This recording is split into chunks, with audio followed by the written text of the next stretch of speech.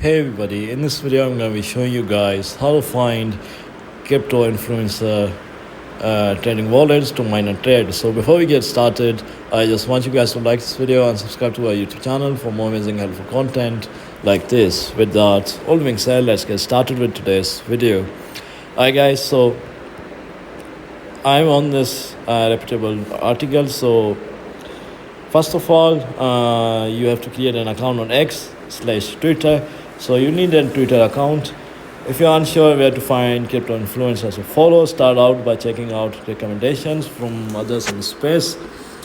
The more influencers you follow, the better your chances of discovering valuable insights.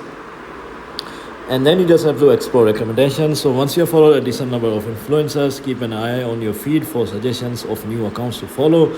Look out for posts showcasing gains, as these are the indicators of potentially profitable wallets.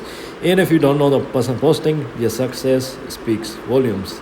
So you just have to identify target wallets. Also, you can also do this in crypto groups. So you can just go to Facebook and search crypto here, for example.